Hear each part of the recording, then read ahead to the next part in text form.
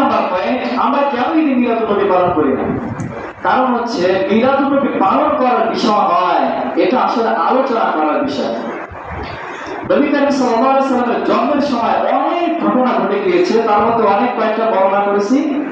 আর কয়েকটা কারণ আছে, সেটা হচ্ছে নবী করিম সাল্লাল্লাহু আলাইহি ওয়াসাল্লামের জন্মের সময় তার পরিবারের মধ্যে ঘটে গেছে। এক নাম্বার, নবী করিম সাল্লাল্লাহু আলাইহি ওয়াসাল্লাম যখন দুনিয়াতে আগমন করেন তখন তার নাভি কাঁটাযুক্ত হয়ে তিনি দুনিয়াতে আগমন করেন।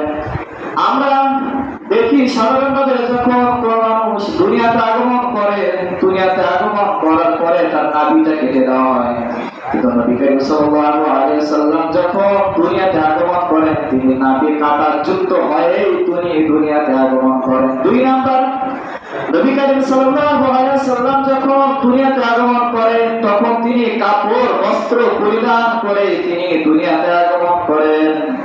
তিন নাম্বার হচ্ছে, যখন নবী করিম সাল্লাল্লাহু আলাইহি ওয়াসাল্লাম আগমন করেন, নবী করিম সাল্লাল্লাহু আলাইহি ওয়াসাল্লামের মাতা আমিনার ঘর আলোয় আলোকিত হয়ে যায়। তিন নাম্বার, যখন নবী করিম সাল্লাল্লাহু আলাইহি ওয়াসাল্লাম দুনিয়াতে আগমন করেন তখন চন্দ্র সূর্য ছায়া তাদের উপরে এসে পড়ে। তারপর হচ্ছে, যখন নবী করিম সাল্লাল্লাহু আলাইহি ওয়াসাল্লাম দুনিয়াতে আগমন করেন, দিক দিগন্ত চতুর্দিকে রোশনি আলো ছড়িয়ে পড়ে। তারপর হচ্ছে, নবী করিম সাল্লাল্লাহু আলাইহি ওয়াসাল্লাম যখন দুনিয়াতে আগমন করেন তার মায়ের মধ্যে কোনো ব্যথার যন্ত্রণা হয়নি।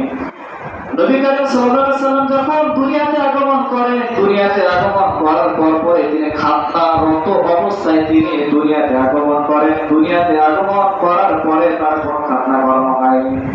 মোট কথা, নবী করিম সাল্লাল্লাহু আলাইহি ওয়াসাল্লামের জন্মকে ঘিরে যতগুলো বিস্ময়কর ঘটনা ঘটে গিয়েছে সেগুলো কেউ কোনোদিন পালন করতে পারবে না, বরং হচ্ছে সেগুলো আলোচনার বিষয়। এর জন্য আমরা নবী করিম সাল্লাল্লাহু আলাইহি ওয়াসাল্লামের সম্পর্কে আমরা ঈদে মিলাদুন নবী পালন করি না।